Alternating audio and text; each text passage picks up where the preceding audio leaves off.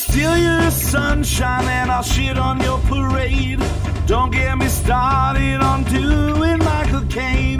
My opinion matters, yours will fall in last place. I'm not shutting up and you'll be learning my name. Fifth in the family, but first in my mind. 1 out of 10, but I'm ranking just fine. We've only got now, there's no afterlife. Look, Mom and Dad, I'm just speaking my mind.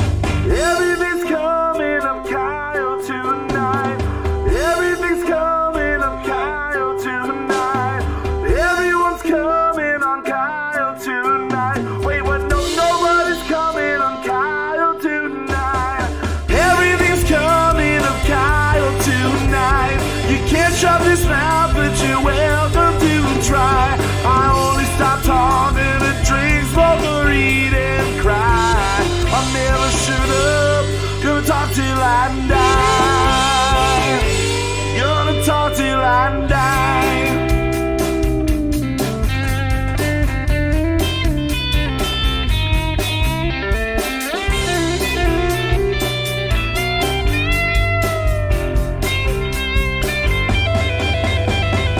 Everything's coming up Kyle tonight. You can't shut this mouth, but you're welcome to try. I only stop talking to drink, smoke, or eat and cry. I never shut up, gonna talk till I die. Gonna talk till I die. Gonna talk till I die. Gonna talk till I die.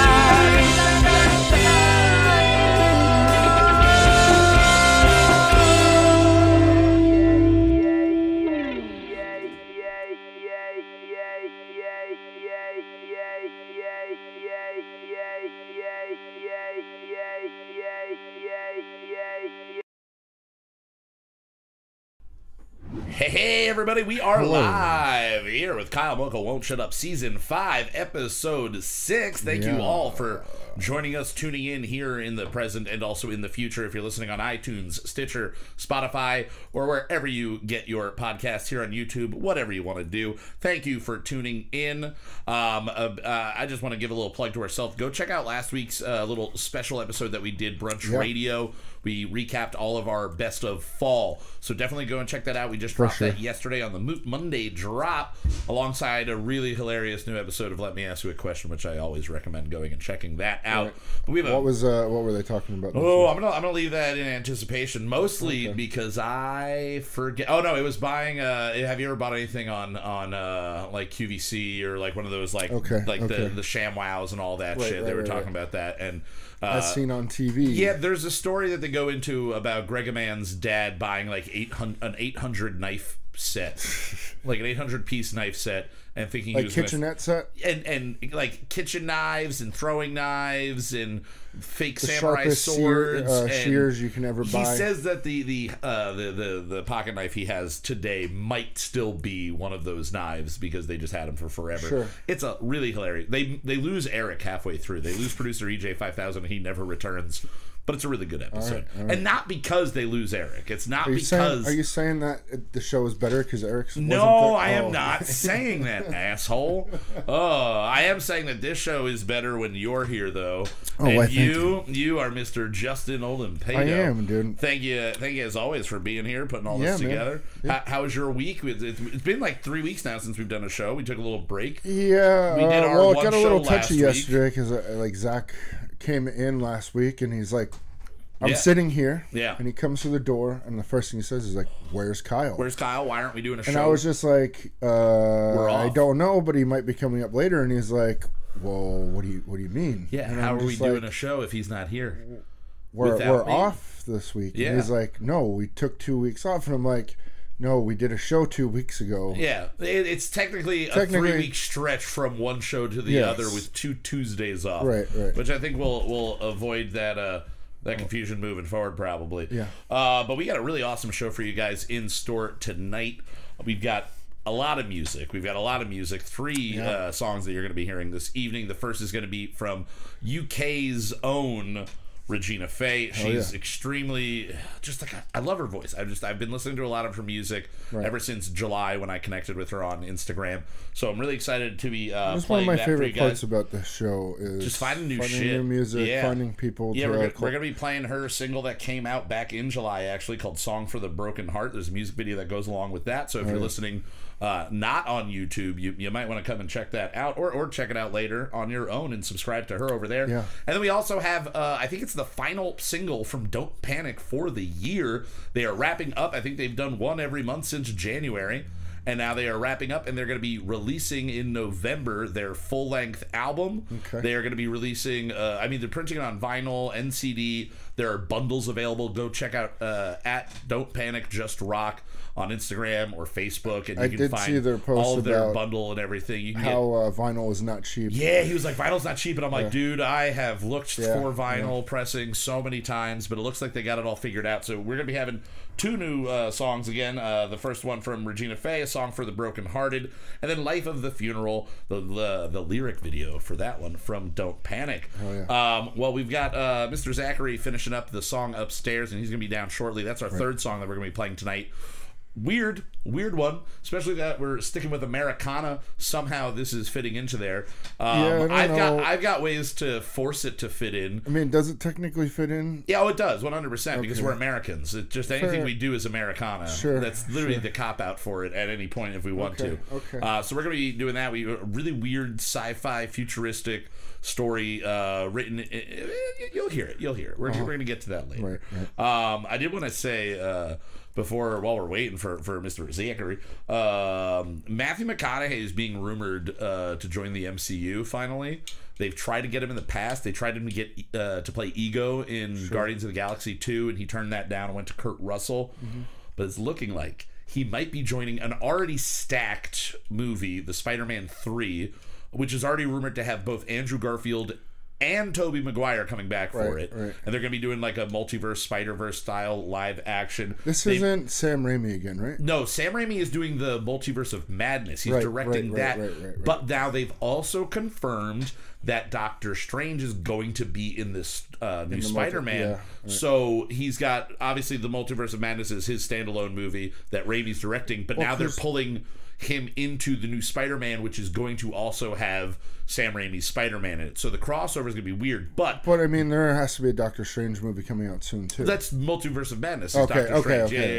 So that's going to really open up the multiverse to everything that we really want to see happen and be the thing that lets us have all 3 of those Spider-Men at one time. But they're saying that it looks like there's a chance that Matthew McConaughey might be playing Norman Osborn, aka Green Goblin, in the upcoming one. Which would be a very good pick. I think he's great. Like, he's a better looking person, like a traditionally better looking person. But you look at him in like Texas or Dallas the last time we Buyers saw Club it was like Willem Dafoe. So So do he does gets that mean scrawny like that too? Does that mean that we're going if we're getting Spider-Man? We could get Willem Dafoe back. Are we getting Willem Dafoe? It could. It opens up the possibilities to everything because they've already said that they're going to be bringing Jamie Foxx back as Electro, but it might not be the same Electro. It's going to get really weird. Now, it's going to get strange. Real quick, also getting away from the Marvel MCU into a new Netflix anime.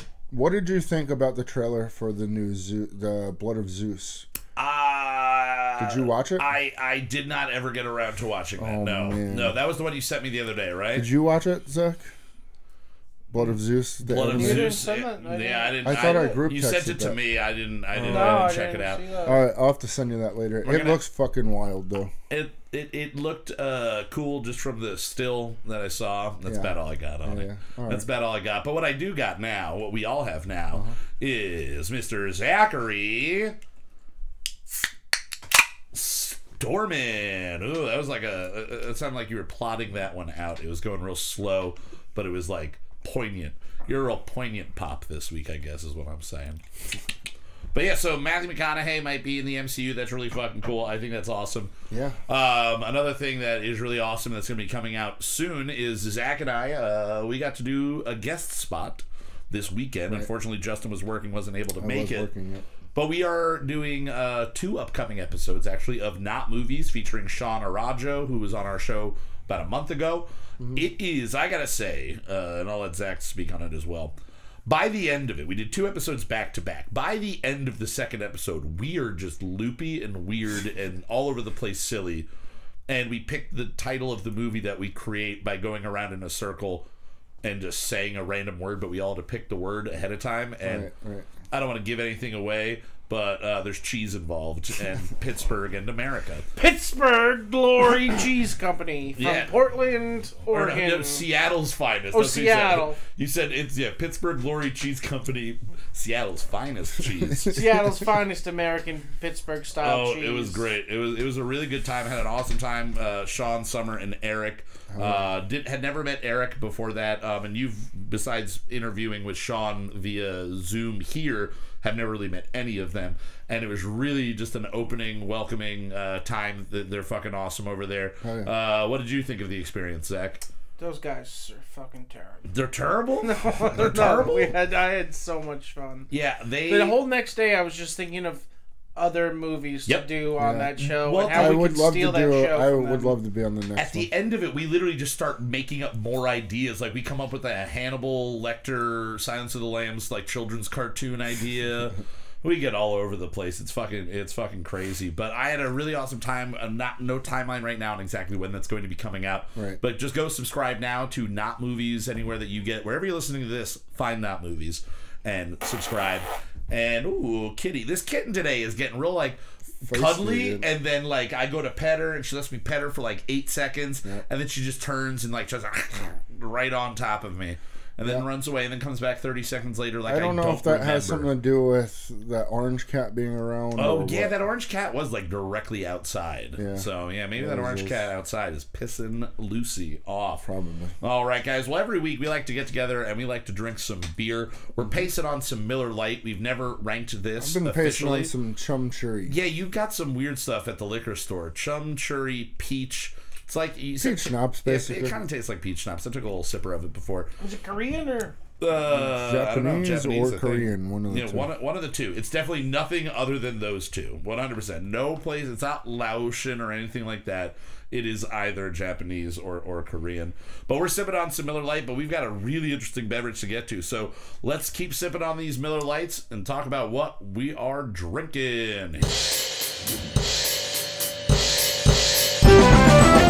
We drink it so you don't have to. Reviewing in the morning from the bathroom.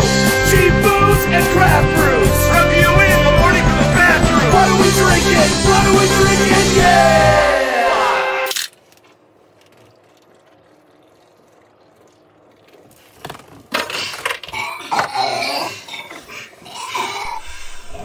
All right, guys. So as we've been doing this season, we are ranking our beer of the week, whatever multiple beers we have or beverages we have. We are ranking them on a scale of 0 to 100. We're gonna have to make a new category this week. Yeah, well, it's still gonna stick in there. It's just all beverages. What are we drinking? We're doing cheap booze to craft brews, everything in between. Fair enough. Toilet water. Yeah, it's great. Water, as long as it's got alcohol in it. So if it's toilet water, what is up, Slacky? How you doing? Oh, we got a Slack Attack in here. What's up, Slacky?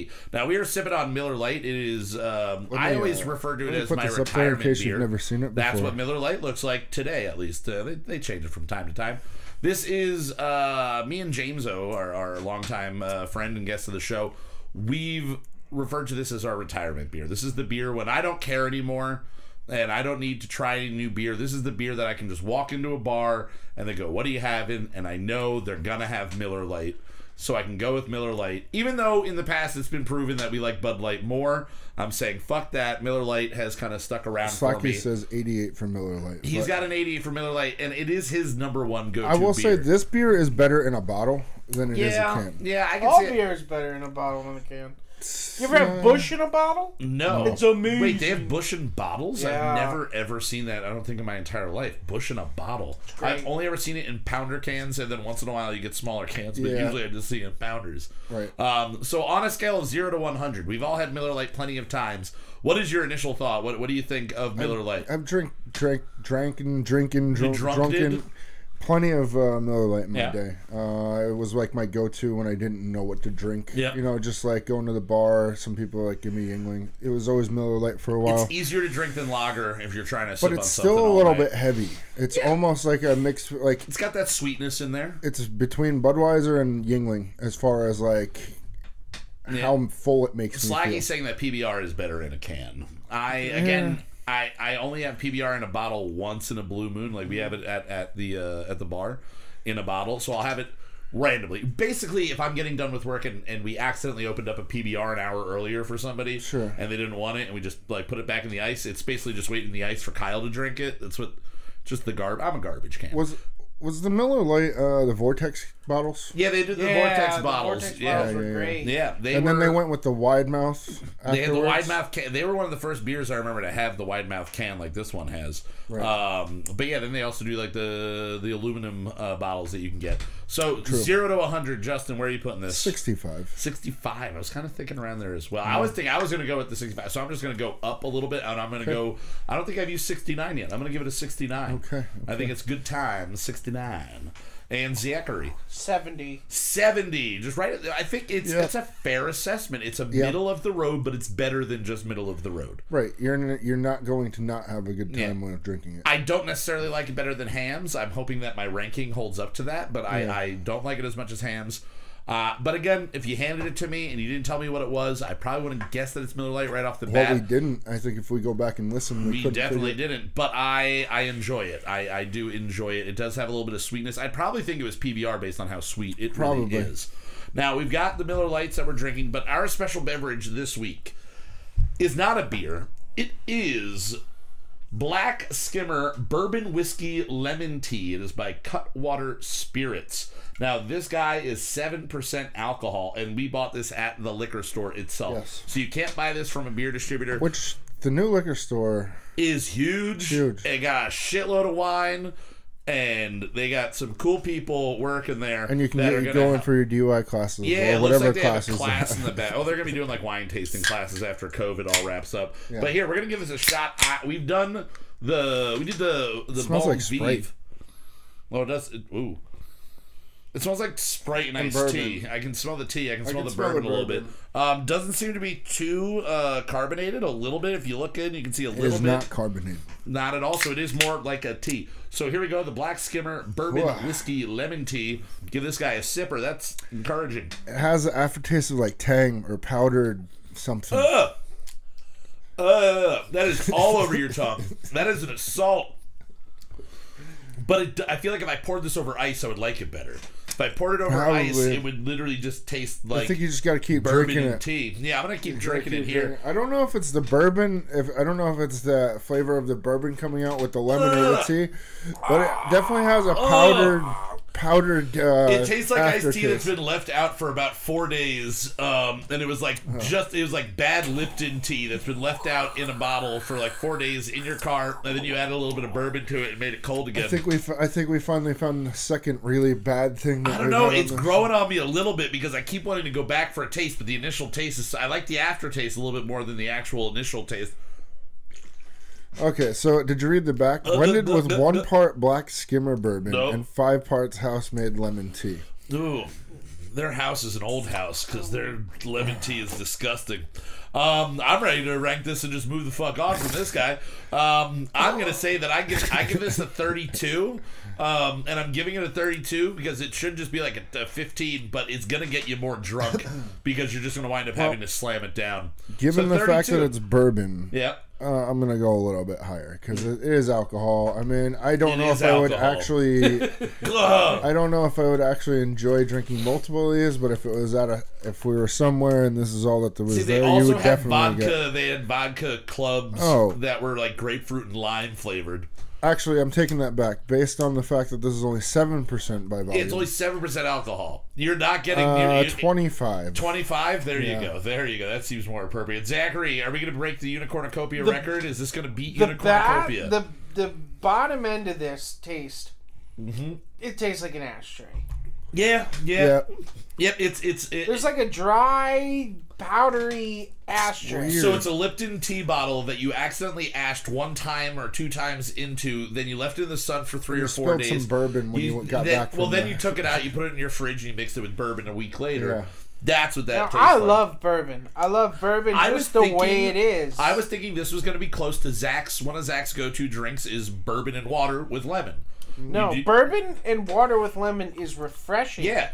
This I thought would be close to that. It is not. This is 7% alcohol? 7% alcohol. So I'm giving it a 7. 7, all right. 1 for each percentage point. That's a fair way to do it. That is a fair way to do it.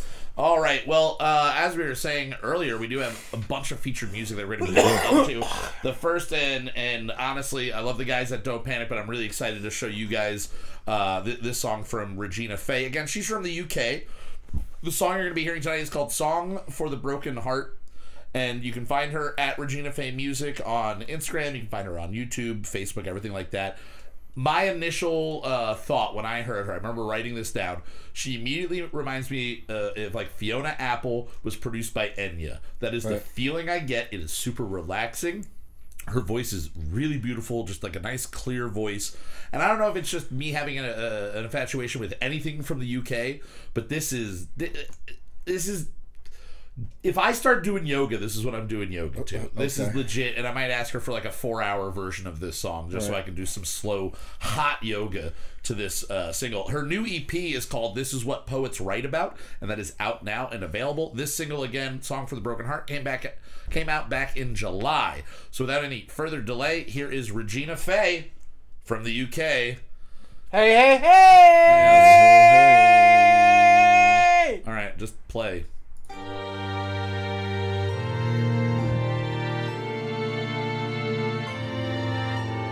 False choices, false lies, false hopes to stay alive, and all the past and blue lies, red, white, and blurred lines.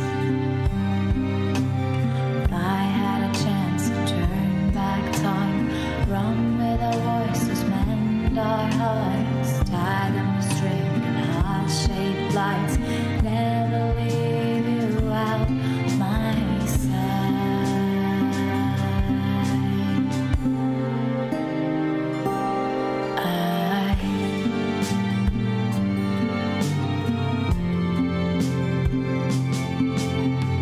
Uncross our stars, uncross our hearts, and all that we love, and all that we lost.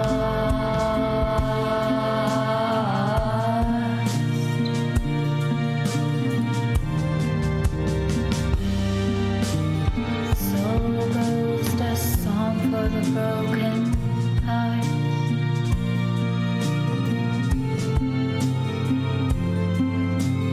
Two truths and one lie. Took me long to realize, and all these faces in twilight, lost the love in the sunlight.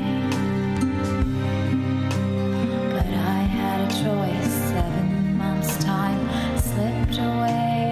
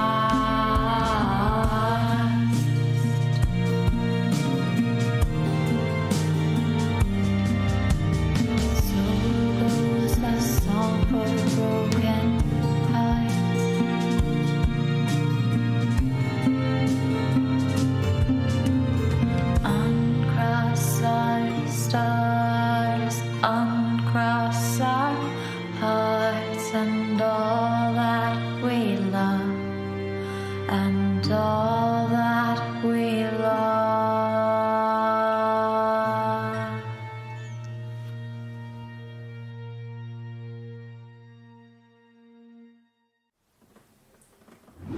All right, guys, there you have it. Again, that is Song for the Broken Heart from Regina Faye out of the UK. Her voice has like a cello-like quality to okay, it, I can hear that. Yeah, no, she's definitely, like, while we were listening to it, you can definitely feel that Enya feel. The quality of her voice, though, reminds me a lot of just, like, Fiona Apple.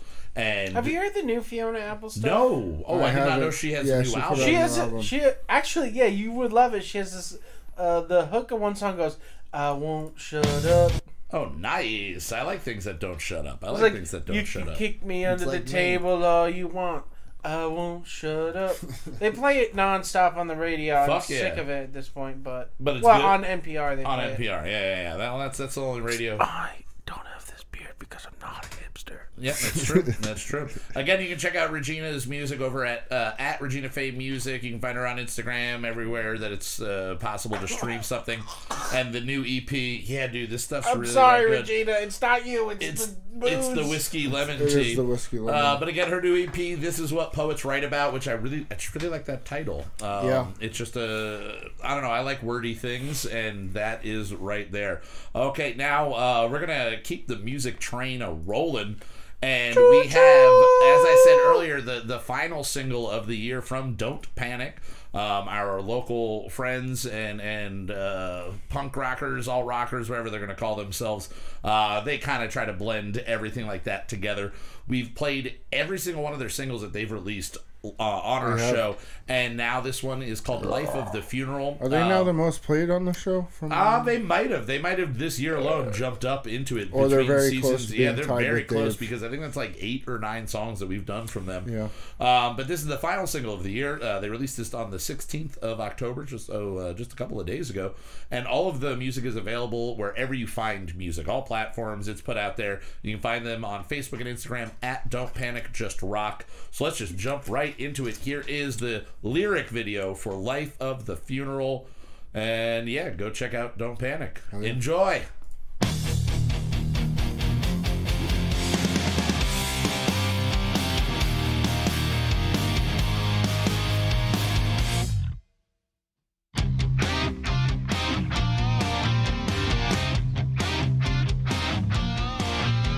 He's out burning light while she's stuck at home. They live with the dead and never grow old. She's giving up her whole life and nobody cares. No, I'm not ready to go. All the lies, all the time made you feel the way you do now. All the lies, all the time, all the time. He was alive for the party. She was alive for the funeral. And don't get back to when it started. Don't get back to when it started. Now everyone's so miserable. She was alive for the funeral.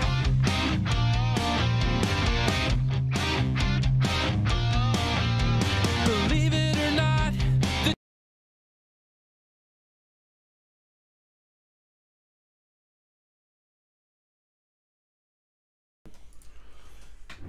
All right, guys. Technical difficulties right there, so we're gonna try to get this back up and running. We are still live. It was just a little technical YouTube issue on us. This is what happens when you stream music off of YouTube. Damn it, Ted. Damn it, Ted. We're trying to play your music for people, and it is not working out. What the hell? Are we getting this figured out? We're gonna... Yeah, let's jump back into it. Right where it was? Yeah, not right where it was, a little bit back. All right, well, there's a little bit more of the song you just heard.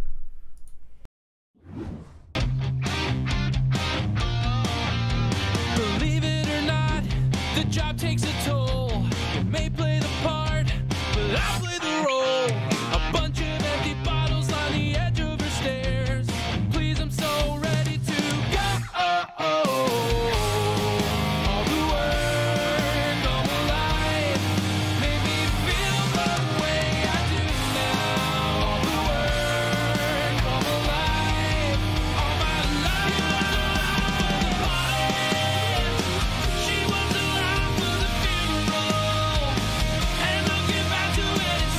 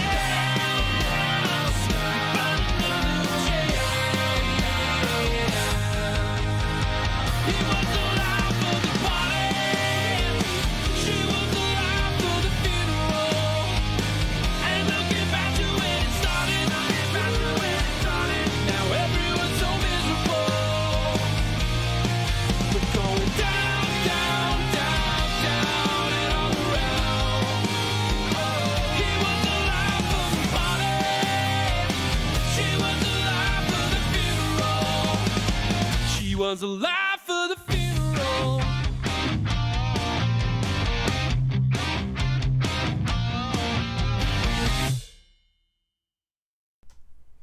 All right, that's where it's supposed to end, right? Yeah, there you have it. There's the... Sorry about that again, guys. Yeah, I don't know what happened there. Internet's happened right there. But again, that is Life of the Funeral by Don't Panic. Go check them out at Don't Panic, Just Rock. Find it available anywhere you get music, especially under your couch, Zach. Zach said, I get my music sometimes from under the couch. What music have you found under the couch? Have you ever, like an iPod? Did you find an iPod under the couch? Or did you just find like a whole record under the couch? Or did you just like lift up the couch and you heard a creak and then that was music to you? Yeah. Sound is music. Sound is music. Yeah, going back to Enya, everything is music. I mean, realistically, Sean said it, I think the best even podcasts are music in a sense, where you have... It's all timing. It's all timing. Levels. Yeah, exactly. How much you're putting in, we taking away. We should sing the rest of this show. We shouldn't. That would be terrible. But we do have to talk about our Brunch Weekly Original Single, which we'll just get it out there. We're not going to bury the lead. This song is called Space Lizards and Space Lizards versus Jane Fonda. Jane Fonda spelled JNE F07DA. Yep. Zach, why don't you tell us a little bit about the story behind Space Lizards versus Jane Fonda, then we can go into the actual music of it all. The title came to me in a fever dream.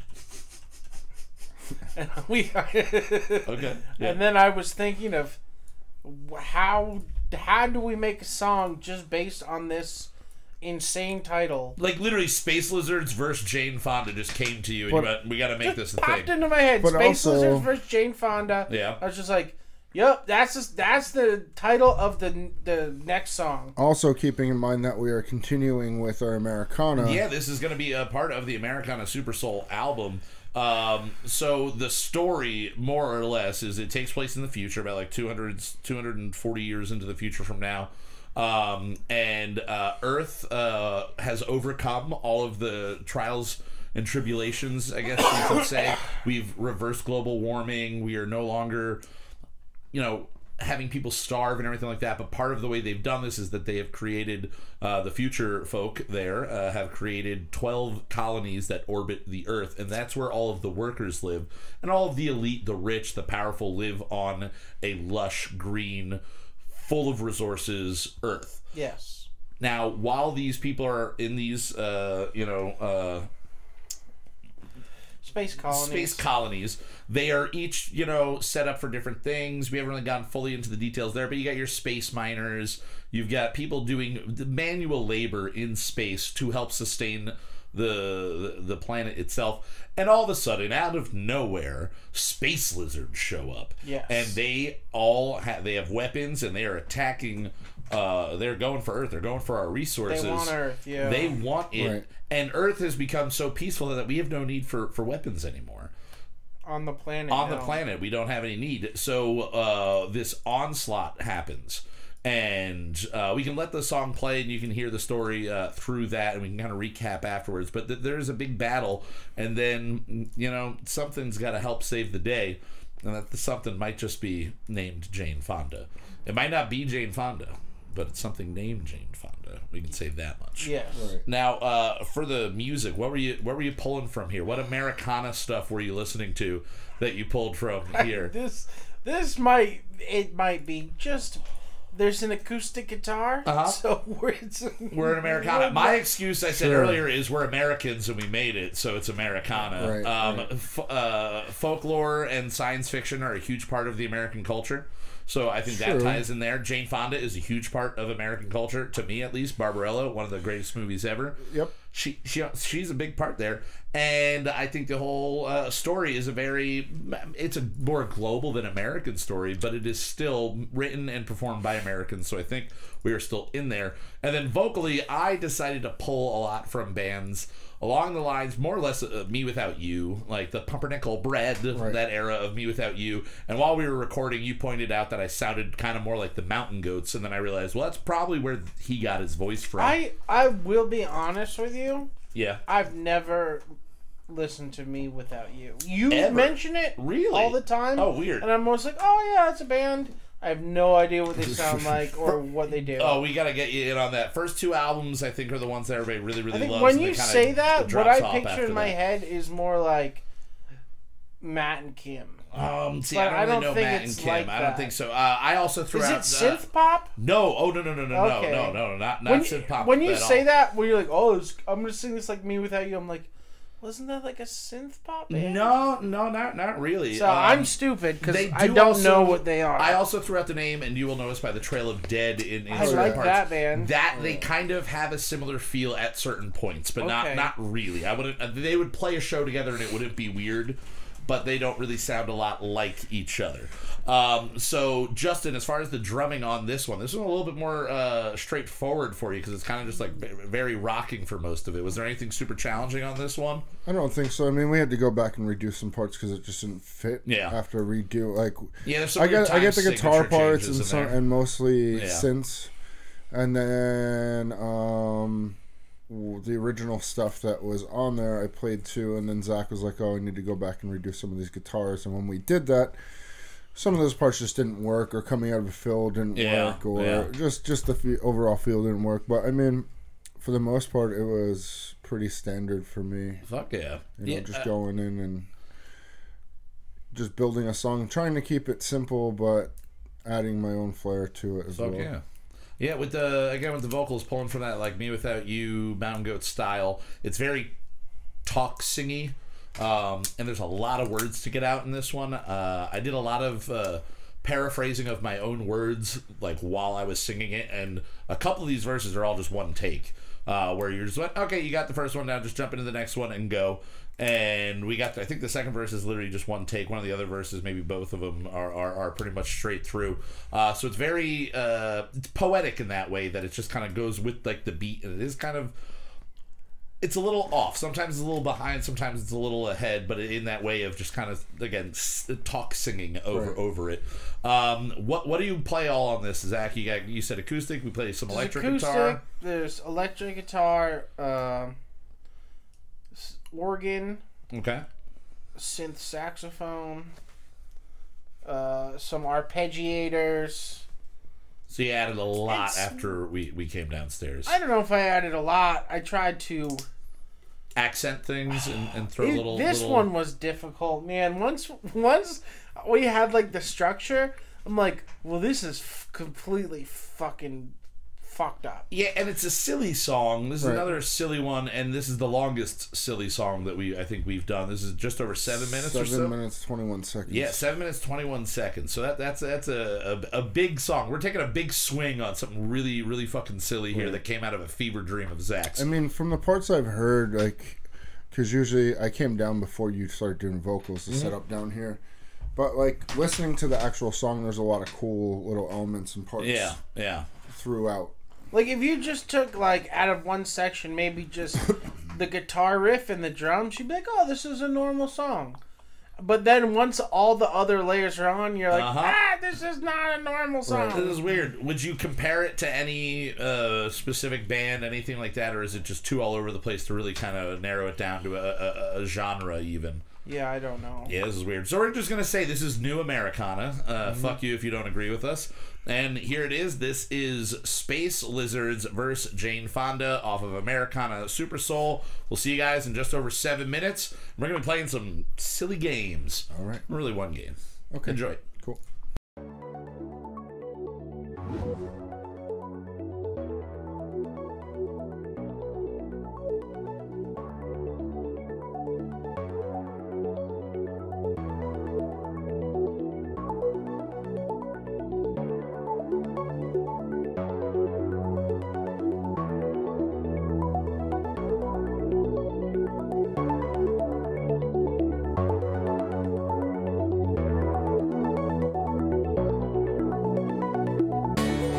Order alone we survived.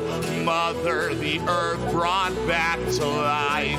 The elite remain in a peaceful reside as the meek are sent off into the sky to work and serve, to maintain, to die 12 colonies for peace and progress, for hope, for life.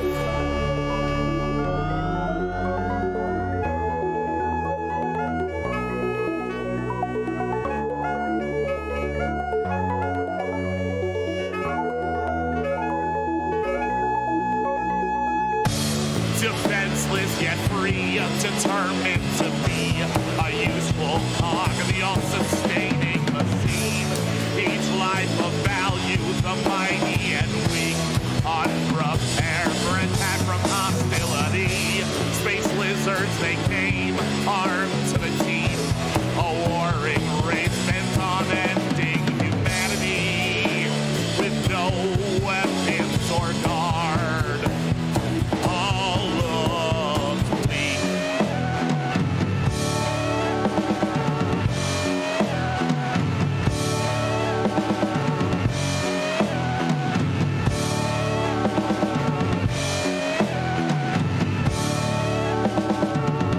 They've come for our lives. They've come for our lives. They've come to bring an end. To survive, we must fight.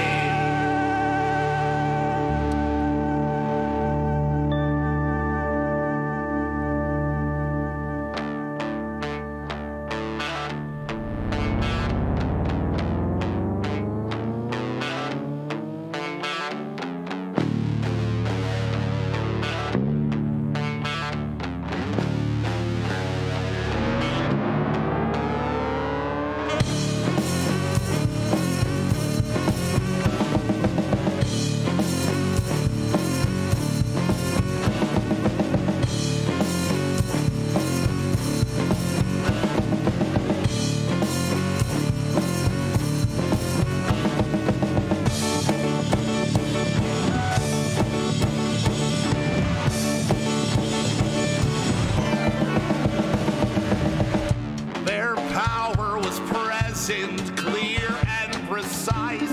Those lizards of space held no regard for life. Strong in numbers, forces triple our size. Wielding weapons they took from the sky. With ease our colonies crumbled in line as the rich on earth could only watch the demise. Soon enough it'll be their time.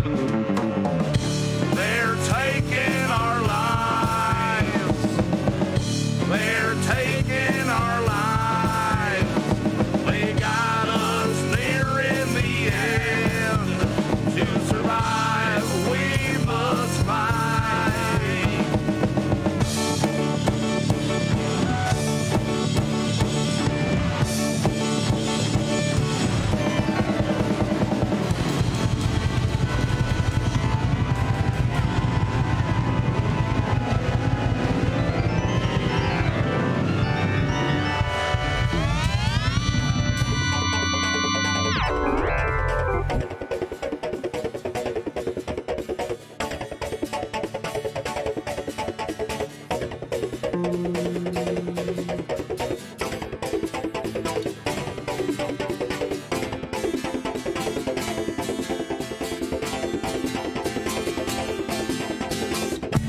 When all hope seemed abandoned, the terror lizard spread over the sky.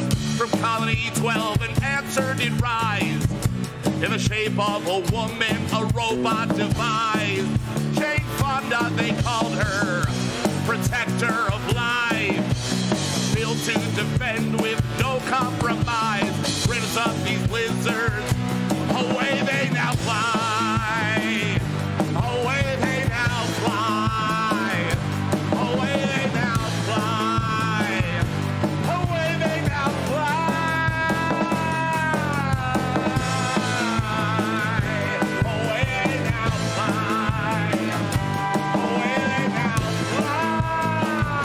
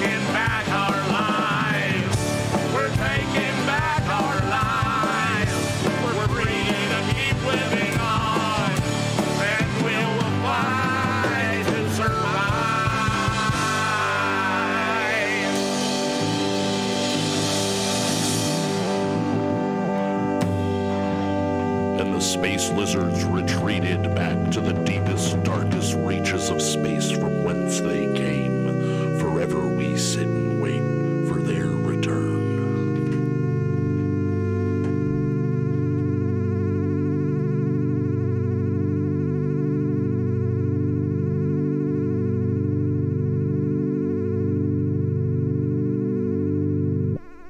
All right, guys, there you have it. The one thing we didn't really say going into it, we allude that Jane Fonda is going to be the savior.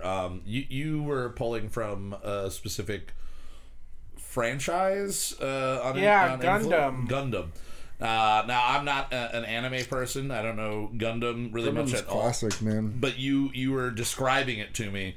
And the fact that it's basically going to be this giant robot in the shape of a woman that is JNE F07DA, and they call her Jane Fonda. It's almost a Spaceballs take two. Yeah, well, with that's the, what giant, the giant lady, the giant the Statue of Liberty sucking with a vacuum. Yeah, they went from suck to blow. Yeah. So yeah, that's a weird one. We pulled it off. We pulled it off like pretty damn well. Yeah, but that is very strange. And the only thing I could think of through that was I think I did a pretty good job of sounding like Me Without You, and now we really have to play Zach some Me Without You after all this, so he knows what's going on. But that is, again, our Brunch Weekly Original Single. We'll be getting that uploaded at some point. I have two songs on queue. Yeah. I do have to just sit down and finish the one song. I have so much video. Shit. I have so much shit, man, between the website and which the website is up.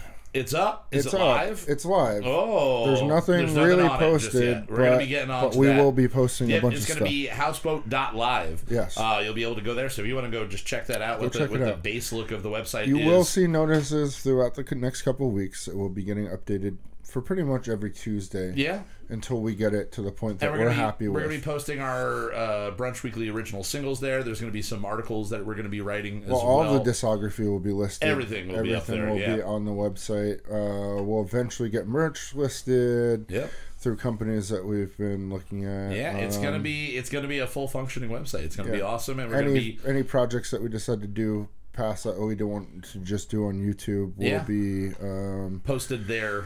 Yeah, maybe what you were talking about with the on tape. Well, I've got a project that we've been just sitting on the back burner for a while called On Tape. That was going to be me doing reviews of old movies that I own on VHS. Sure. And so the first episode of that is going to be on the movie Blank Check. It's already written, so we're going to get the article itself posted soon, and then we're going to be filming the video for that. So keep tuned in for that and other things that are being coming. Zach's going to write some erotic fiction or erotic non-fiction. You should write some erotic. Strictly Erotica. Strictly Erotica will be the name of that.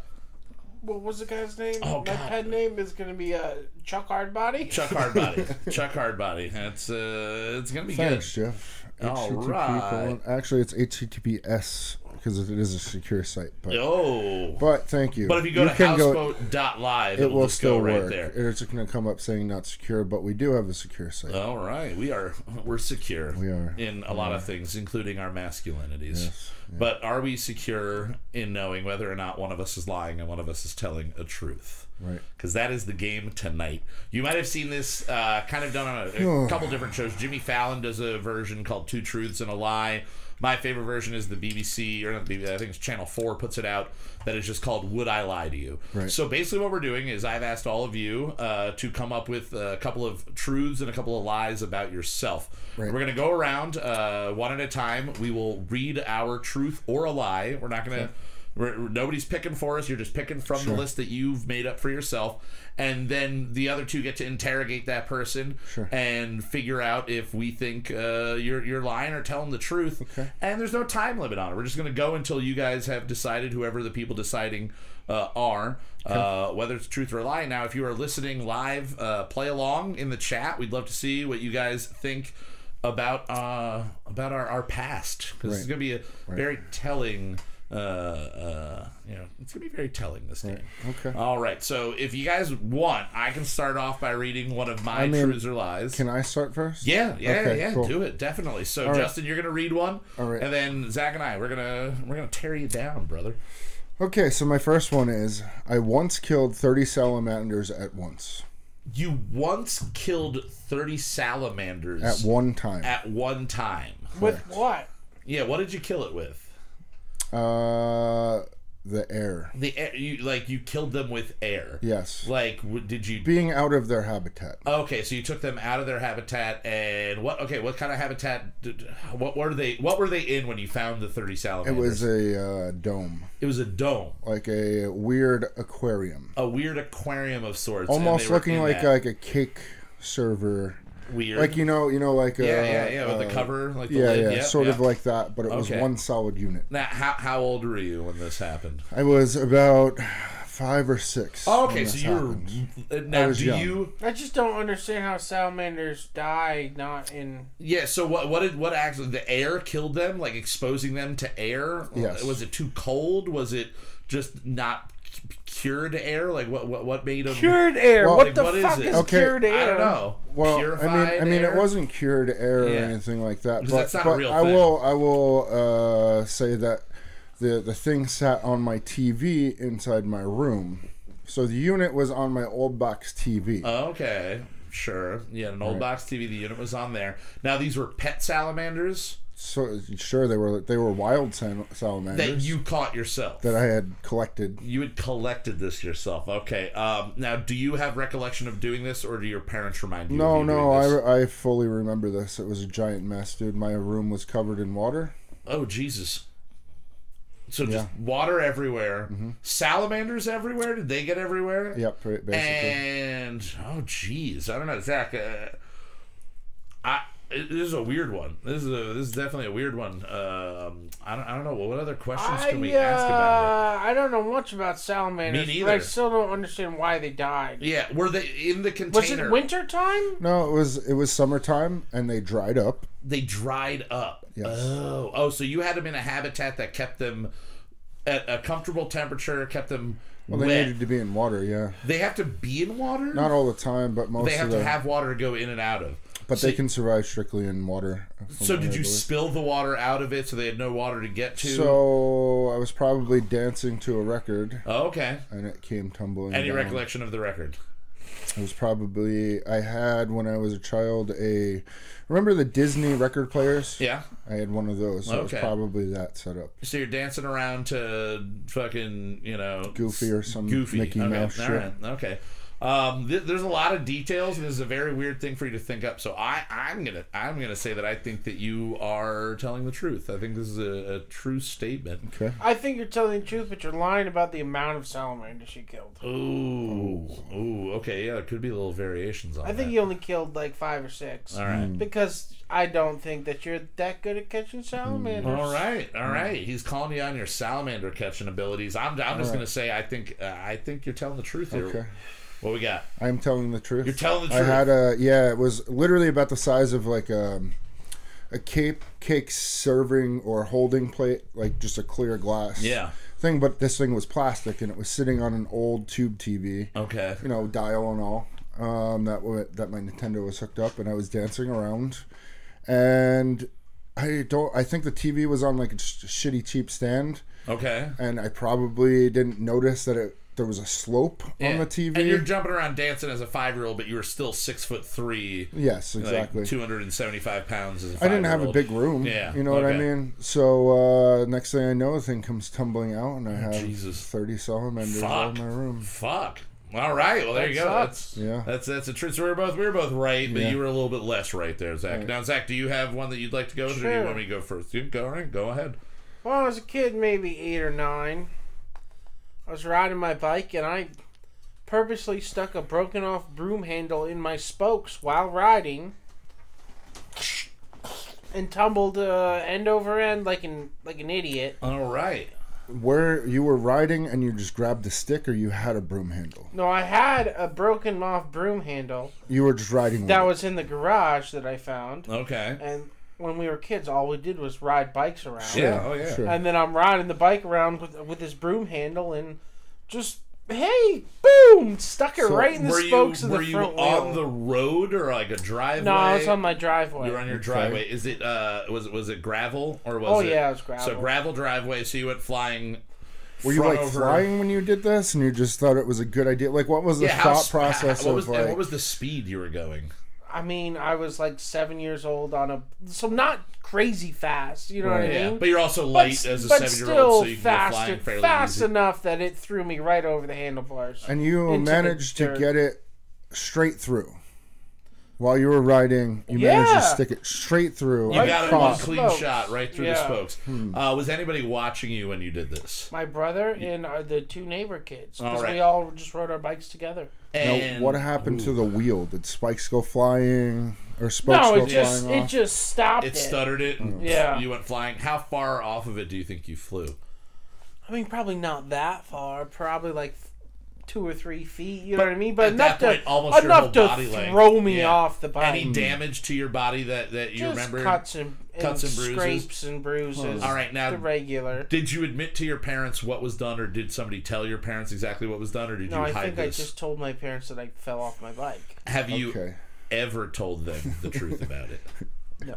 You have not. All right. So if this is a truth, you've now told them. Okay. Jeff is saying that he believes you. Jeff's believing you. I don't know. I'm trying to think of any other questions, because you know what? Here's I get fooled. Here's the thing that I have a problem with is jamming that straight through without hitting anything. I mean, I know spokes are spread out, but when they're moving, it's really so. Wait, you leaned forward and did it, or you had enough reach to? I had enough reach to do it off the thing. What kind of bicycle was it? A Huffy.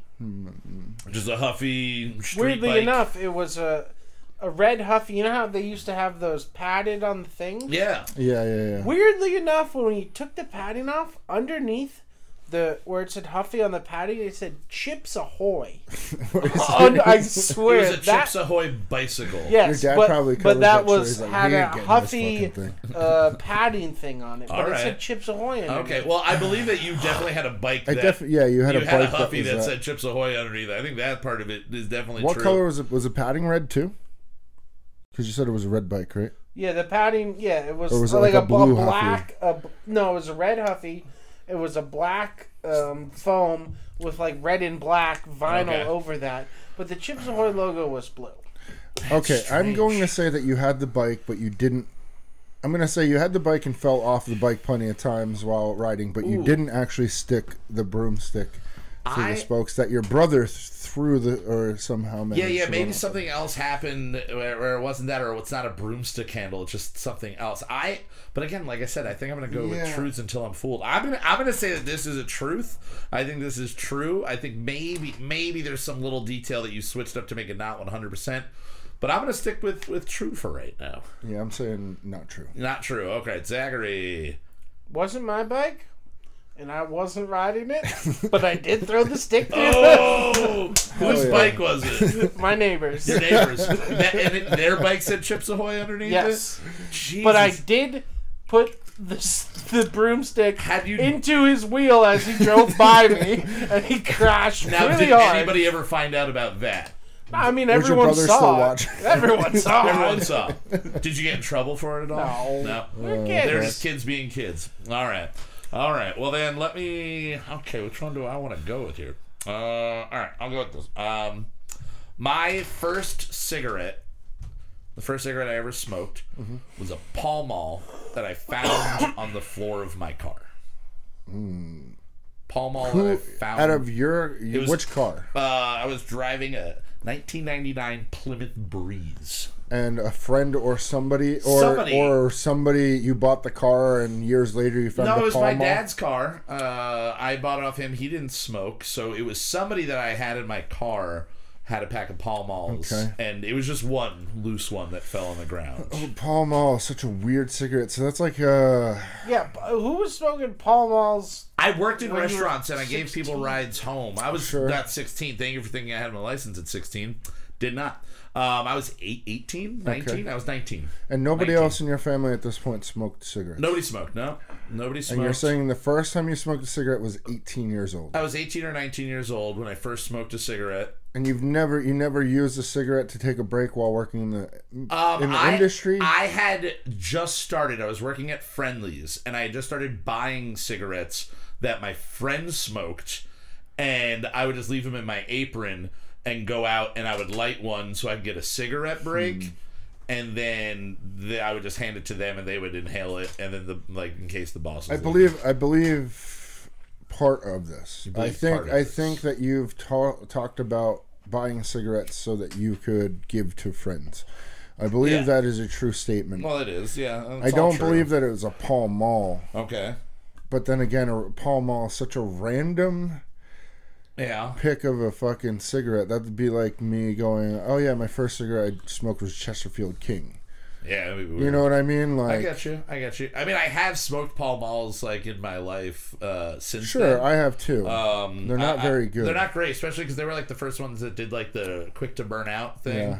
So that and they got the. They also tried to mimic Parliament with the recessed filter thing, but it was just a small hole in the middle of the filter. Oh yeah. Which made no fucking sense at all. I don't remember that. Yeah, it was. You can still get them. It was a thicker. Yeah, it was thick, and it wasn't recessed. It was just a hole in it. Yeah. I don't get why they did that. Yeah. Now, do you remember anything about the cigarette? Was it nasty, old, and dried up? It was definitely a nasty cigarette, but it's the first one. I don't think I smoked the whole thing at all. What made you smoke it? I was angry. Okay. And I knew people sometimes when they were angry smoked cigarettes, and I thought it might calm me down. Well, Jeff is saying that you're lying. Okay. So maybe I also don't think that you found the cigarette in your car. Okay. Your first cigarette you may have smoked might have been a Pall Mall, but you didn't just randomly find it in your car and decide Especially to if you were smoke it. buying cigarettes for your friends or co-workers or whatever it may have been. The fact that you had it on there. I don't think it was a Pall Mall. Now, what cigarettes did you say you were buying for people? I think it was Marlboro Lights or Marlboro Menthol Lights. Okay. Menthol Lights. And did you ever venture into smoking menthol? Yeah. The first cigarettes I fully smoked regularly. I was smoking Marlboro Milds the first year I was smoking cigarettes. Well, I'm going to say that it's false. Some of the statements are true. I don't think it was the Pall Mall. Okay. And I don't think that it was just found in your car. Okay. Is that? Yeah, it's false. It's a lie. Yeah, it's a lie. First cigarette I ever smoked was a Marlboro Menthol Light, and I smoked it to make fun of my friend smoking a cigarette. Okay. We were in her car. Right. But I did buy Marlboro Menthol Lights for work to pretend that I was smoking, and it wasn't one of those. To take breaks. Yeah, I would just be like, "Hey, can I go out for a break?" And they'd be like, "You smoking?" And I'd be like, "Yeah, sure." So first I just started bumming them, and then I was just wasting somebody else's cigarette. So then I just started buying cigarettes. And then just lighting it, taking a couple puffs off of it, and then handing it to, or not taking a couple puffs off of it, just lighting it, holding it, let them take a couple puffs off of it, and then I would just go back to holding it, so it looked like it was. So my friend would get 2 cigarettes in her cigarette break, and I would get a fake cigarette break. Right. But definitely wasn't Pall Mall. Definitely wasn't. Yeah, Pall I was Mall. gonna say Pall Mall is a very weird cigarette to have in your car, especially. I would say if your parents smoked.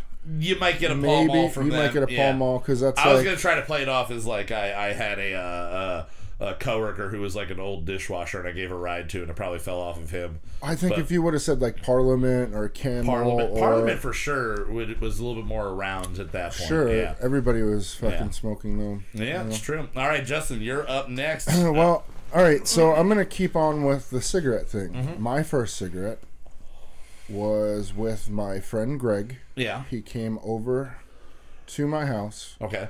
And the first time I ever smoked a cigarette was we coated it in toothpaste and let it set, thinking that we would get fucked up while smoking a cigarette that was coated in Toothpaste. All right. Why did you think that? Did you hear somebody say that? Because he was a couple years older than me. I think we were 13 or 14 at this point, and he was like, "Hey, if you coat this and let it dry, you get fucking fucked up." And I was just he believed this. He believed it, and I believed it too at that point. And he said that he had done this before? I believe so. Okay. So we had to sneak a cigarette. 14. Keep in mind, we had to steal a cigarette from my dad. Okay. While he went to sleep. And then coat steal it. Toothpaste from your mom. Yes. Okay. And then figure out a way we were going to go outside and smoke it. Now, you coated it, and then you let it air dry. You microwave it. You use a lighter. Just straight up air dried it. And 13, 14, this is really weird. What kind of cigarette would it have been? It would have been a Winston. It would have been a Winston. Yes, that's what my dad smoked. A Winston Crest Light. Do you remember what brand of toothpaste it was? Do you remember that at all? Colgate, probably. Colgate, probably. Yeah. All right, okay. I was Colgate kid as well. I had a lot of Colgate and Crest. It's pretty much the Crest. Yes.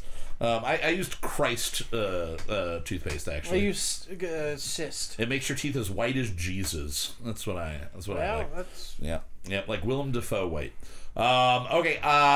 So you smoke it. Did it get you fucked up?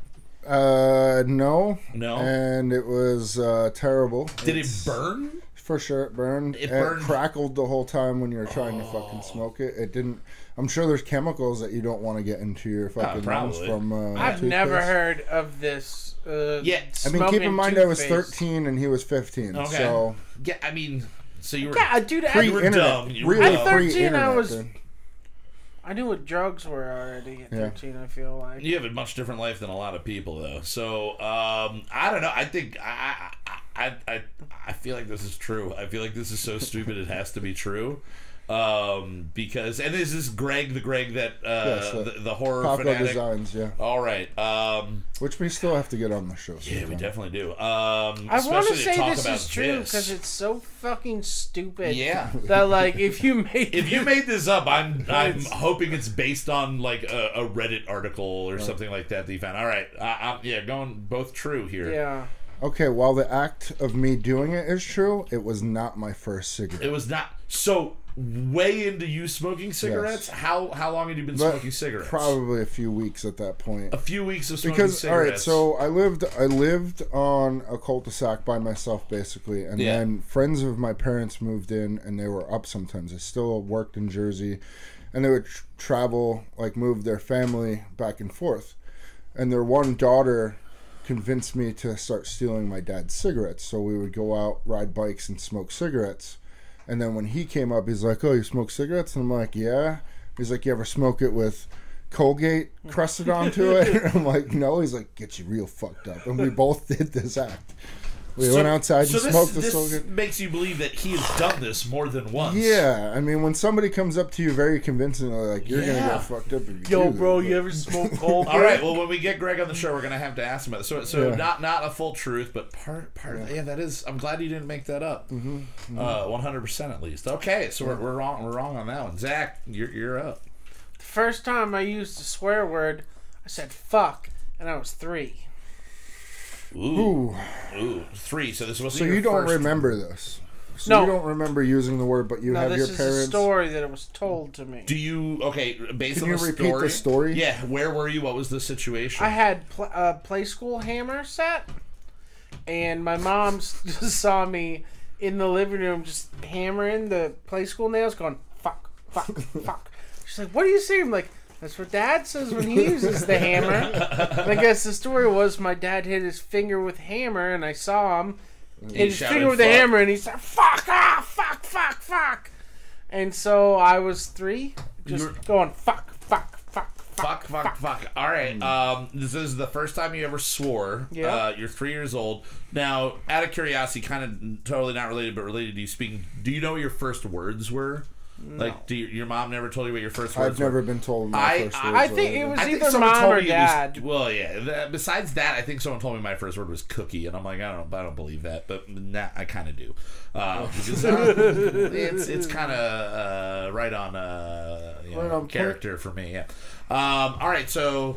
Now, what did your mother yell at your father for this? I'm sure she did. You're sure she did? And does your dad tell you of this story, or is it just your mom that reminds you of it? No, they both told me the story, yeah. Do you think your dad is proud of you Yes. for this? Okay, Now- so he's very proud. That makes sense. Now, when like this conversation comes up just randomly, like your parents, or like nostalgic, like sitting with like family, and they're like, "Oh, I when think Zach the was first young." time I heard the story was I was probably like a teenager and started swearing a lot. Yeah. Now, in my family, we swear Yes. a lot. You do. my parents do. I do. Yeah. I think when I was over for Thanksgiving one year, it was just like He passed the fucking mashed potatoes. No. I think it was the first time where I think one curse might have slipped, and your mom was like, "I'm not having this today. Fuck off with that shit." You know what I mean? Like, it's goddamn fucking Thanksgiving. You don't fucking talk that shit in here, you motherfucker. Yeah. All right. I'm gonna say it's a lie because it was actually Nate. I'm gonna say it's true. You're gonna say it's true? I'm gonna say that this is a true story. It's true. It's true. And it was you that did that. Yeah. That's pretty sweet. Your dad must have immediately just been very proud of his son. Jeff also said truth on this. All right, Jeff's doing pretty well. I think he's only gotten Justin's last one wrong, and then again that last one. No, and he got Zach's first one wrong. Oh, okay, so he's doing pretty good. Doing all right, doing better than me. All right. Where do I want to go? All right. My first paying job I ever had was as the first round I was trying to hold back smiling and laughing, so now I'm just gonna let it come out. My first paid gig I ever had was as a magician's assistant for a commercial shoot. What the fuck? Okay, how did this come about? How old were you? 12, maybe 13. 12, and some random magician came up and said, "Hey, kid," and that would be better. Hey, story. Kid, you want to be in an act? Hey, kid, you like sex? I'm a magician. I'm going to show you a trick. Make certain things disappear. No, we had a friend of the family who was a local magician, and I was kind of obsessed with sleight of hand magic at the time. Did you have kits? I had the kits. I would go to the hobby store in Marshall's Creek all the time. I had a top hat. Which hobby store? Right next to where Mr. Z's used to be, and then they moved up behind Lewis's up the hill there. I remember that. So instead of, I remember going there, and I was supposed to get like a model train or a before it became the John Deere spot. No, behind that, up the hill, like if you go closer to Lewis's, the one where like Penn Monster Factory used to be. Oh yeah. Okay. Penn Mon. But yeah, so either way, I remember going in and I was gonna get like a something to build, like a miniature or something like that, or a train set, and I saw magic stuff. And I wanted to do magic, so I had a top hat. I had a. What was the experience like? What did you do as the assistant? Not really much of anything. You just stood there. Did you get in a box? Did he saw you in half? No, so I wasn't his assistant, like his on-stage assistant. Although I remember dressing like a magician. Okay. So it was basically I was just making sure things were ready to be. He was basically just a nice guy and was a friend of the family and knew I liked magic, so he. Now, was your family there watching you? No, I believe my parents just were like, "You can go with." No siblings at all. No. How much did you get paid for this? I think $50. $50 for like 3 hours worth of work. Of not work. And would you have to lug his stuff around? Yeah, I helped him carry things in, but again, I'm like 12, 13, and I'm me, so I wasn't probably super helpful. It was to give you a little bit more information that you're not asking for. It was at Shawnee Playhouse, and I was familiar with Shawnee Playhouse, right? So I don't know if that played a factor into it at all. Had you already done stuff at Shawnee Playhouse? Yeah, I had done like 1 or 2 plays at Shawnee at this point. Okay. But yeah, I was like 12, 13. I remember dressing up pretty much as a magician and just standing off stage. I was not in the commercial at all. His wife was the actual assistant that got sawed in half and everything. Okay. And yeah, what else you got? What other questions you got? I think you're telling the truth. Yeah, I think this is a truthful statement. Yeah, no, it's 100% true story. His name was Jose Rodriguez, but his stage name was Joe Raven.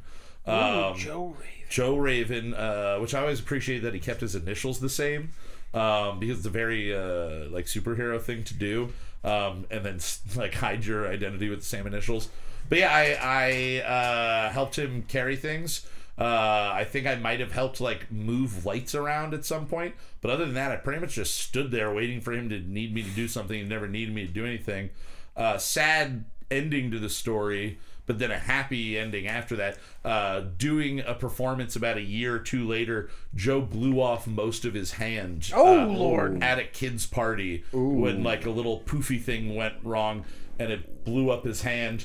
And about 2 years later, he made a triumphant return to sleight of hand magic with one hand. That's wild. And he's the man. He still does. He's, as far as I know, it's been years, but he used to live up in Saw Creek. He and his wife, and they were the sweetest. They hung out with their family all the time. It was great. So I always got to put on my first job applications with previous work history, and it just said, from when to when, and I remembered the date, so I would just put that date on there, and it said magician's magic. Yeah, magician's assistant. There you go. That's pretty cool. All right, Justin. All right, when I was a teenager, I owned a mini dirt modified. What does that mean? I'll show you a picture of a mini dirt modified. This is a bike? No. A mini dirt bike? It's a go-kart. Oh, okay. That you actually race. Okay. You race. Yeah. They look like modifieds, but they are much smaller. Okay. Now, you're saying that you had one of these when you had one, and I raced it. You raced it. Whoa. Okay. One of these. Jesus. Okay. So you raced it, and you're saying that you raced it in competition, not just for fun. Correct. Were you good? Yes. I totally enjoyed racing. Did you ever win a race? I did not. You'd never won a race. What was the best you ever did in the races? Top 10. Top 10 out of how many? 20? About 30. No, top 10 out of 10. No, about 30 people. Because it would be on dirt tracks, like big dirt tracks. All right. Doing most of this in like Jersey? Yeah, Jersey, when you were New living York. Over there? Okay. Yep. Well, no, I was living in Pennsylvania, but we would drive down. All right. What kind of motors were in there? Yeah, thank you. You gotta throw some real questions. I honestly, at the top of my head, I don't remember. I can get you details on it right now. That's a true statement right there. Yeah, that's a way to win over our trust. Research things in the middle of the game. All right, so it's like what is the top speed you would get up to? It's like a Briggs and Stratton. They would do like 30 miles an hour. 30 miles an hour. I mean, but cutting them on dirt, it's like going to Speedway 17 or 6, whatever. And how old were you when you were doing this? 13. 13? Yeah. And you fit in one of those at the age of 13? Oh, yeah. Were you one of the larger kids racing? Probably. And do you think that hindered your performance in any way? Added to weight. Added to weight, yeah. You didn't I don't think it hindered my performance. It was just a tough thing. Why did because you have it wasn't set up with like age groups. Okay. So you would have adults racing with. Oh, weird. So did you get into this voluntarily, or was this something that your parents were like, you should get into this? Well, I mean, I was always into racing and stuff like that. My dad has built modifieds. My dad's built, all kinds of shit to race at Flemington. Yeah. Enduro cars, demolition cars, modifieds. My mom's cousin owns a sprint car. Her other cousin has dragsters. Now you're just bragging, like so that's good. Zach, any other technical questions that you can maybe get him to hiccup on this one? It was set up. It looks like a modified, but it was a chassis of a go-kart. Okay. That had a more powerful fucking engine. It wasn't anything crazy. It was a pretty fast. My last question: engine. Why did you stop racing? I don't know. It was just one of those things where I wasn't doing good and didn't have the passion to it. Okay. You know what I mean? All right. And I probably also a monetary thing from my parents. Okay. Where it just gets expensive. Racing's not cheap thing. Sorry, real last. Did you ever total? No. Never totaled. I mean, I've been in accidents, but never totaled the thing. Not to the point that it was just like, some body damage. No jaws of life. All right. I feel like you know a lot about this, but I think maybe it's because you really wanted one and they wouldn't get you one. So I'm going to say it's a lie. Yeah, I'm going to say it's a lie too. Yeah. Okay. I feel like this might have been something that Zach wouldn't have known about, or maybe you told him and he forgot. But I'm gonna say lie. Okay, so I did have a dirt modified. Oh. And I always wanted to race it, but I never did actually get a chance to race it. So it's just we didn't have time. My dad just got so busy. Yeah. But we did build a whole dirt modified. I couldn't tell you what exactly engine that we had in it, but it was just basically a souped-up lawnmower engine. You never raced it, but did you get to ride it? I did, but the only thing is it's set up for left-hand turns. So the only fortunate thing is I lived on a cul-de-sac, so I got to rip that fucking thing around this dirt cul-de-sac. Right. So again, partial truth, but the statement itself is a lie. All right, Zach, let's throw one more at you. When I was a child, up until the time I was probably like 6 or 7, my hair was white as paper. As a sheet of paper. Not blonde. I was born with absolutely white White hair, like an old man. white hair. So how long? Probably till I was like 7 or 8 before it started to go I'm trying to think blonde. of any Like, young pictures I may have seen. Of I've you. seen pictures of you, but they're not great quality, so it's kind of hard to tell because I have like I have one niece and a nephew who have like very blonde white. Keith and Kevin both had super blonde white hair that went away probably around the same time, like 5 or 6 or so. All right, was this only you? Did your brother or anybody else in your family have the same Nate thing? was similar, but not as white. And you're saying white, like no White. pigment to it Yes. whatsoever. Did you get any nicknames because of this? Did anybody call you Whitey or anything like Fuzzball or anything weird like that? I don't recall any nicknames. No one called you Q-Tip? You didn't get the street don't- name Q-Tip? I don't remember that. They would be but- like, why is it called Q-Tip? It's like, because he's got an uncircumcised dick and he uses a Q-tip to clean it out. It wasn't any weirdness like that. All right, so back to your hair. All right, do you remember your mom loving or hating your hair, and then what happened when your hair changed? Do you remember anything like that? Like your mom being like, "Oh no, my..." No, she liked it when I was little, and then Yeah. she didn't not like it. Okay. Sure. But then by the time my hair started to change, I was old enough where I was just dirty all the time. She would just buzz my hair. Okay. Because I was just... Keep it short. Keep it short because I was just too much of a dirty child. Now, to did have you long keep hair. the hair long when it was white? No, not long, but long enough to be able to see it. Okay. Now, Like, for a long time, I had like a buzz cut because me and Nate Just were dirty. just so dirty. All right. does it ever get that light? Like a really like during the summer when it's never come back to being. It's never been that. No, it just has got it's always darker gotten over the dark. time. All right. I think I think this is false. I think it's Nate. Because Okay. you say buzz cut, and I remember seeing young pictures of Nate. Yeah, well, yeah, I've seen buzz pictures cut. of both of them with buzz cuts. So I'm gonna say it's true. You're going false. I'm gonna say it's true. I'm gonna say it's Nate. It's true. It's true. Yeah. It's true. White. I gotta see White. a picture of this. Bright white, like Bright bright white. white. Were you traumatized in utero or anything like that? I don't know. I think I was just that German. That German that it came out white. Yeah. Okay. All right. Well, I'm gonna do one more, and then I think we can do another. All right, we'll each do. I'll finish this round, and then we'll start with Justin. We'll do one more round of this here. Cool. Okay. Going with that. All right. All right. I went on a date with James Marsden's sister when I lived in LA. Who's James Marsden? Cyclops from X-Men.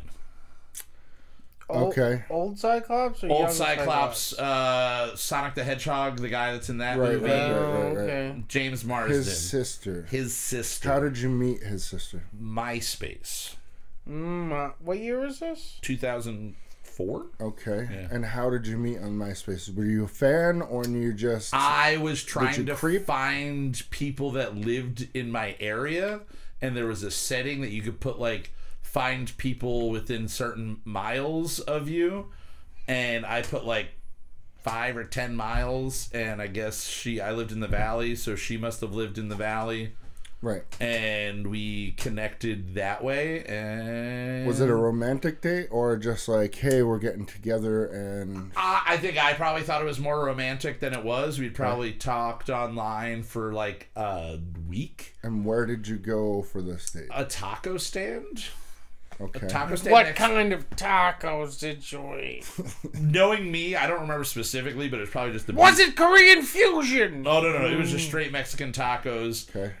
Somewhere in Encino, I believe. And yeah, it was. I probably just got a beef taco. When at that point, I probably got a beef taco with cheese on it and nothing else. And did you know who her brother was? I did not know until right before we were going to hang out. Okay. I knew when we hung out, but it was like a week of talking, and then hey, Did this you came up. get laid? No. Oh, no. I'll say the date did not go well. It was never repeated. Was it a quick one? Yeah, I think, I mean, it was Over probably the pants hand job. nothing. Didn't even kiss. I think we might have hugged. Was she like, cool awkwardly. or shitty? She was really cool. She was cool. I just wasn't feeling it. Yeah, just not feeling it. Like, and I'm also very tepid, very standoffish when it comes to, especially at that age, to somebody that I might have a crush on. I also don't know, and I've just looked at MySpace pictures of, and obviously everybody puts their best foot forward online. So was she not what her pictures were? She was a very attractive girl, but it's just kind of the angles, you know. Like you get a little. She was not like she was a bigger girl or anything. So like you're that. saying she was catfishing you? Not big bone. No, not big boned. Just kind of one of those things where it's just like you don't really get the proper look at her, you know. You don't really get the proper look. And then I was also in much better shape, and I probably also had a picture like that and was hiding 30 pounds by looking up at an angle. Well, Jeff is saying truth on this. Jeff's saying truth on this. All right. What I don't know. What other questions you got? I think that there may have been a famous person's siblings date, but I don't think that it was. You don't think it was James Marsden's sister? Yeah. Jennifer. I'm Jennifer. See, I don't saying know. true. I don't know anything about it. You don't know the famous Marsden family? I'm saying false. You're saying false. Yeah. You're saying true. Yes. It is false. Yeah. I met a girl online on MySpace doing that who immediately said, "I'm Jennifer Marsden. My brother is James Marsden," and then I just never responded to anything ever again because I'm like, yeah, if that's true, I wouldn't. I didn't believe her. I didn't believe her. So it could have been true. Did you have tacos that day though? No. There's just a taco stand around. God damn it, yeah, no. There's not. But I did look up James Marsden's sister's names to get one of them. So it is Jennifer. That's his actual real sister. I don't know what the girl said her name was at this point, but she was really cute, and I was like really into it. On face, and then literally like, hey, how's it going, blah blah blah, just moved to the area. Oh, hey, how's it going? My brother's James Marsden. And I was just like, nah, you're gonna try to get money from me or something. So it's a lie. It's a lie. All right, last round of this, Justin. Why don't you jump on? So for my last one, when I was in my early 20s with Charlie Eckenbarger. Okay. We owned a professional gaming team that spanned multiple games, from Call of Duty, Counter-Strike Source. We were playing Counter-Strike for the team. Unreal, Quake. We had a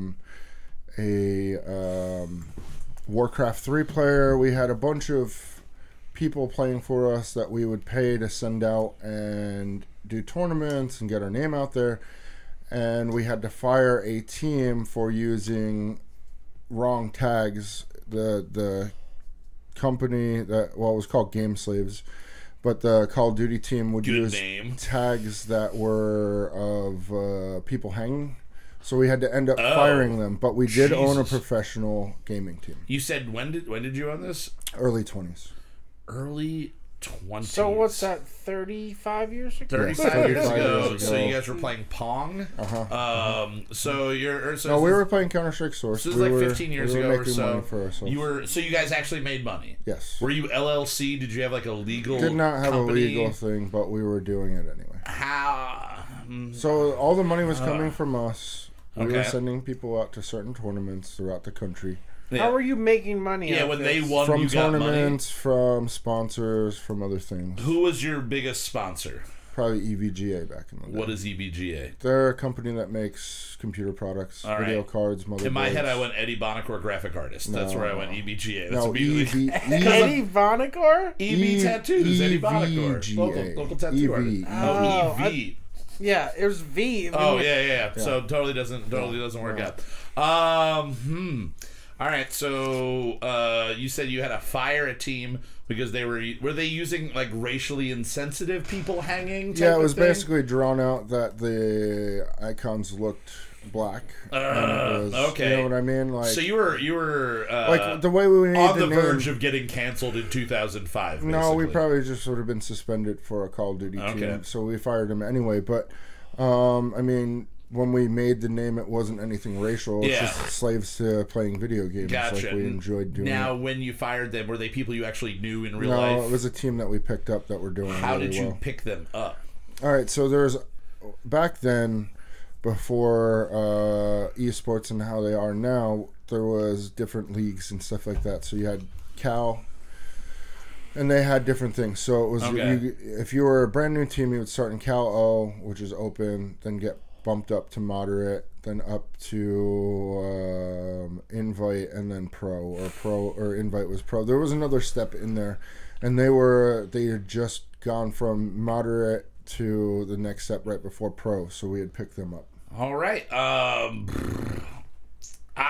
This is a lot of stuff I don't really know and understand. So you could very easily be pulling my leg. We were also making money by selling game servers, like renting game servers. Well, see that? Yeah, I'm gonna say that's true. That sounds like something you would have done. I don't know if all of the details are true because that's a little out there, but I don't doubt that a bunch of assholes playing video games want something super racist. Yeah, I'm gonna go true. Truth. I'm gonna say false. False. That you had some sort of affiliation with the store there. But that you weren't the one in charge of the teams. Okay. That is true. It's true. It's true, 100%. We did, when we formed all the team, we had a big giveaway. A bunch of us pulled a bunch of money and gave away a whole computer, did a whole bunch of things. It was something that we tried, and it's sort of something that we always exist for. Well, I mean, Game Slaves itself probably, we just switched it over to Boss Incoming. Okay. So, just to be PC and get the game slate, like the slaves part out of makes the name sense. for Makes people sense. to fucking... Don't have your name working against you. Yeah. But as a company, over 20 years, you know, Jesus. It started out just as a server company with Charlie and Pete. So it still technically exists. It still exists, yeah. Jesus, did not... Okay, he's hiding some shit from us over Yeah, there. but nobody's getting paid anymore, are you? No. I mean, we're not getting paid, but we still do things. All you know right. what I mean? Like, Okay. and if an opportunity arises, who knows? Hey. But we're always trying to do different things. All right. Zach, your last one. Go for it. Up until I was 25, I still wore medium-sized underwear. Up until the age of 25, you still wore This is mediums? including just the underwear you bought and were not given, or you didn't buy underwear and they were given. Or to anytime you bought underwear, it was still medium. You just never changed the size, is what you're saying. Still bought for me medium-sized underwear. Now, But you don't wear underwear at this point. okay, so No, I wear underwear. I wear larges now. Okay. you were largest. But it wasn't until I was 25 that I gave up tight underwear. Okay, so you were purposely wearing tight underwear. That's Oh, what I was- yeah. Okay, Purpose so wearing super tight underwear. super Was tight that- underwear. Was that because you liked skinny jeans?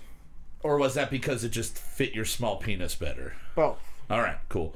Now, did any doctor or anything like that ever advise against you doing it? And why did you finally make the switch to large? No one ever told me not to do it. Okay. I just did it for comfort. Okay. So it was comfortable. Tidy wearing whities, tight boxer briefs, what were you wearing? Boxer briefs. Have you always been boxer briefs for the most part since you were choosing your own underwear? Yes. Yeah. Okay. Like a real adult. Good job.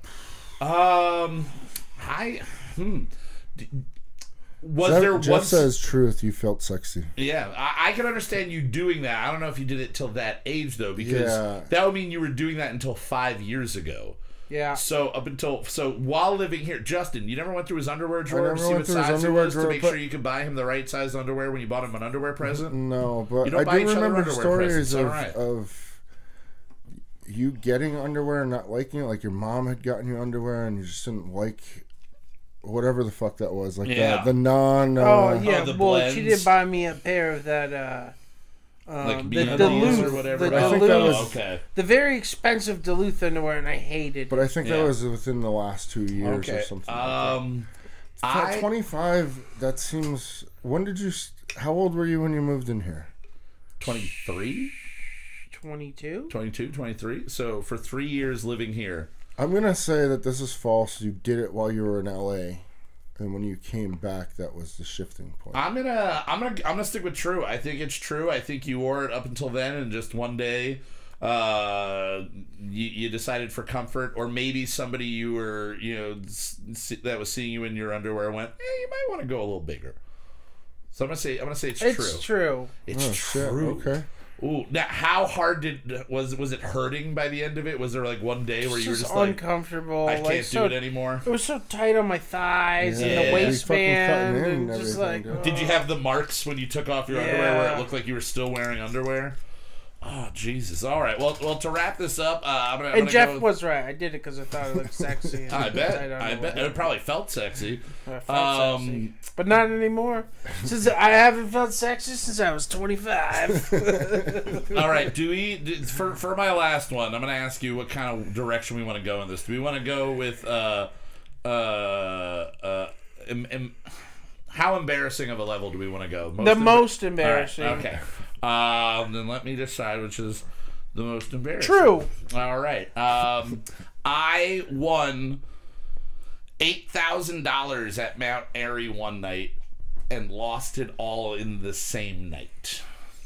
I don't even need to ask questions. I'm just saying true. I'm gonna say true. I on can this just one as see well. you doing that. I'm gonna say true as well, unless it was the night where you ended up driving down to Delaware or to but Baltimore? I think that was at the horse track. That was the horse track. That's another story for another I think day. we've talked about that. We might have plenty of talked about that times. on the show a couple of times. I'm I'm gonna say true. You're gonna say true. It's got to be true. It has to be. No, it's false. It's false. What? It's $5,000. No. The most I've ever won at Mount Airy was $2,200, and I left immediately. Okay. All right, so then we're gonna. All right, that was. We just called you degenerate. Basically, me and Johnson we don't need to ask Well, questions. we've heard plenty of we stories believe that of- you're a fucking degenerate. I mean, you've told me plenty of stories of how you were like a gold member up at Mount Oh Airy yeah. one time. It was about 10 years ago. It was bad. I was really bad up there. Even Jeff said truth. Yeah, so. it does sound like a truth. All right, well let me just throw this one because this is the one. This is one more that I was going to say, and we'll just do rapid fire whether you not you think it's true. When I was a teenager, I masturbated with shampoo for a couple of days, and then all of the skin on my penis flaked off. True, because I did the same thing. Yep, it's 100% true. Yeah, 100% true. You got to do it with the conditioner. It makes your dick soft. Somebody told me to masturbate with something like lotion, and I was like, because I remember just being like, oh, I'm just using my hand. I was talking like my buddy. I'm like, my hand and spit. And he was like, use lotion or something. I'm like, I don't have lotion. He goes, I don't know. There's like conditioner in your bathroom. And I went, okay. And I grabbed a thing of Suave. I remember it was Suave, like cherry blossom scented shampoo. It smelled amazing. It felt really good. And for about 3 days, probably like 20 times in 3 days, I masturbated with shampoo. And then one day I woke up, went to go pee, and my dick was crushed. And it was just like, and I just remember peeling it off. And this is probably the first time I've ever mentioned it out loud ever in my life. I'll blow Sean Weber up on. Sean. Oh no! I remember him making a post on Facebook talking about how shampoo is terrible when you get it inside your urethra. Oh yeah, if you get that's not bad. good. It's not good. And that was the other problem is I jerked through the pain a little bit on that one. Yeah, I thought it was like no pain, no gain. All right, guys. Well, there you have it. Some weird truths and some lies about us. I want to give a big shout out to both Regina, Faye, and Don't Panic. You can go check them out on all social media and wherever you find music, under your couch, wherever you want to find it. Next week, we have a really awesome show in store for you. In studio, we're going to have Jackie Delgado from the hit podcast, Our Paths. We're going to be talking about spirituality and just Wicca, runes, everything like that. Go check out her podcast. You think she's going to show up with some? I hope she shows up with something. Like maybe she does like a card reading for us or something like that. I hope she comes up in costume and mixes the cosplay with... Yeah. I don't even know if she's doing the cosplay anymore. I don't know. She's been so heavy into this, and it's going really well. It's super successful. We're also going to be featuring music from Sapphire in Bloom, a Swedish female-led metal band. Cool. So we're going to be doing it all. It's going to be Halloween Part 2, pretty much. And that is our special Halloween episode. As always, go check out our friends, Sean and Dave Make Music and Not Movies. Upcoming episode featuring Zach and myself will be coming out some point in the next month or so. Check out But What Do We Know? The girls over there talking about their true crime and their paranormal and just the weird shit happening in the world. And also, as always, the guys over at Moot.tv. Check out Let Me Ask You a Question, White Wasabi, and the Derek D. Dozen, all dropped on Monday alongside our Kyle Mocha Won't Shut Up episodes on the Moot Monday drop. Big shout out to EJ5000 for being the super producer. And I got a call with him to talk about our upcoming project tomorrow. So we're going to be getting that all solidified and set up, and just more teasing on that. We're not going to tell you what it's about until it's ready. As always, a big thank you to Mr. Justin Olimpado. Yeah, man. Hell yeah. Thank you for putting this all together. Keep an eye on the website. Keep an eye on that. Again, it's houseboat.live. And a huge thanks to Mr. Zachary. Sorry about this week. I'll write a better song next week. Storman. All right. For Kyle Mocha Won't Shut Up, I am your host, Kyle Mocha. Here is our closing theme song to play you out. And as always, fuck you! Fuck the fans. Jeff Buckley. Moot.tv. Jeff Buckley. Buckley. There's nothing more egomaniacal than singing the theme music for your own show. Who am I? Kelsey Grammer. If I could only drink like him. We're gonna write a new one every week. Some will be solid, some will be weak. We're gonna write a new one every week. Some will be solid, some will be total experimental pieces of shit.